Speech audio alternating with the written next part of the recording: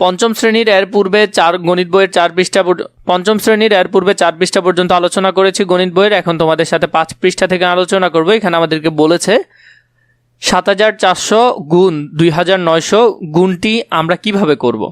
চলো গুণ্য ও গুণকের একক ও দশকের ঘরে শূন্য থাকলে গুণক করার সহজ পদ্ধতি খুঁজে বের করি। প্রথমে দেখো এখানের মধ্যে আমরা কি করলো, আলাদা আলাদা করে এটা গুণ করার চেষ্টা করছে। চতুর্থ শ্রেণীতে আমরা গুণ করেছি 7400 গুণ 2900 এর উত্তরটি বের করতে আমাদেরকে এই যে শূন্যগুলো আছে শূন্যগুলো গুণ না করলেও চলে, শূন্যগুলো জাস্ট আমরা পরে এখানে দুইটা 4টা বসাই দিব। আমরা যদিও শুধু যে সংখ্যা আছে সংখ্যায় গুণ করব।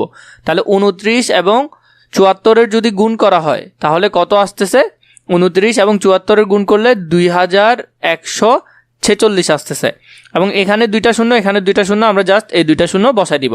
তোমরা যদি 74 গুণ 29 এটা করতে পারো, এই যে অংশটা আছে, তাহলে তোমরা বাকি শূন্য যতটা বাকি থাকে সেটা তোমরা বাকি বসাই দিতে পারবে, কোনো সমস্যা নাই।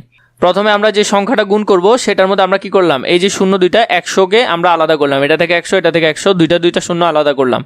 এরপর এখানে 74 এখানে 29টা আমরা একসাথে লিখলাম, এখানে দুটোটা 100 আমরা এখানে লিখলাম। তো দুটোটা 100 গুণ করলে কত হয়, 4টা শূন্য, তাহলে কত হচ্ছে 10,000। 10,000কে আমরা আলাদা করলাম, এটা গুণ করলে আমাদের এটা এসেছে। এবং এই সংখ্যার সাথে আমরা যখন 10,000 গুণ করেছি আমাদের পুরো সংখ্যাটা এসেছে। কিন্তু তোমরা সহজে মনে রাখবে বাকি 4টা শূন্য থেকে গেছে, তাই আমরা সিরিয়ালে 4টা শূন্য বসিয়ে দিয়েছি। এর পরের যেগুলো দেখব 4, 9, 7, 3, 0 আমাদেরকে এখানে দিয়েছে 49,730। 9,800 গুণটি আমরা কিভাবে করতে পারি।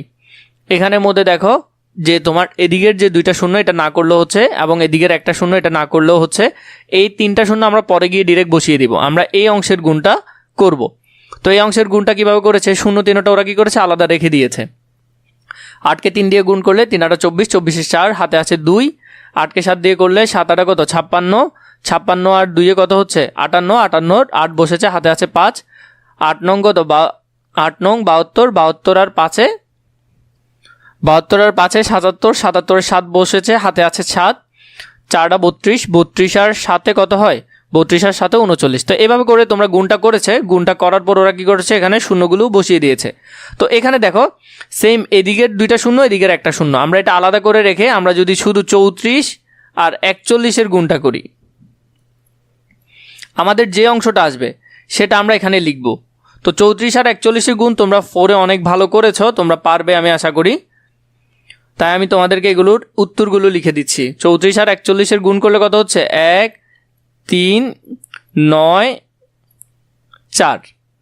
তাহলে শূন্য কয়টা বাকি ছিল, 3টা। তাহলে আমরা এই 0 3টা বসিয়ে দেব এখানে। সেম এখানেও দুইটা শূন্য এখানেও দুইটা শূন্য। দেখো এখন যদি তুমি এটা গুণ করো, যদি এখানের মধ্যে এটা গুণ করো, তাহলে এখানে দুইটা শূন্য এখানে দুইটা শূন্য, 4টা শূন্য আমরা আলাদা করে ফেললাম। 3 দিয়ে গুণ করলে 3 দুগুণে 6, 3 দিয়ে গুণ করলে 3 দুগুণে 6, আর 4টা শূন্য আমরা পাশাপাশি কি করব, বসিয়ে দেব। 4টা সুন্দর করে বসিয়ে দেব।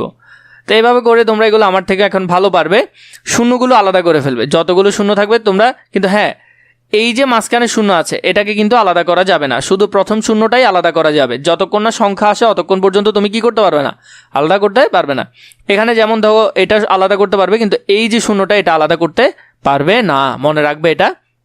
বাকি উত্তরগুলো আমি তোমাদেরকে একটু লিখে দিচ্ছি। তাহলে এখানে দেখো 82 আছে, এদিকে 35 আছে। 82 আর 35-এ যদি গুণ করা হয় তাহলে আসে 8235। শূন্য কয়টা এক্সট্রা আছে,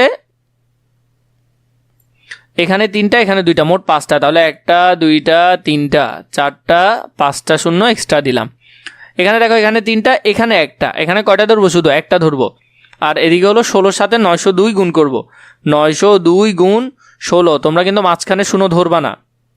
তাহলে আসতেছে 14,432।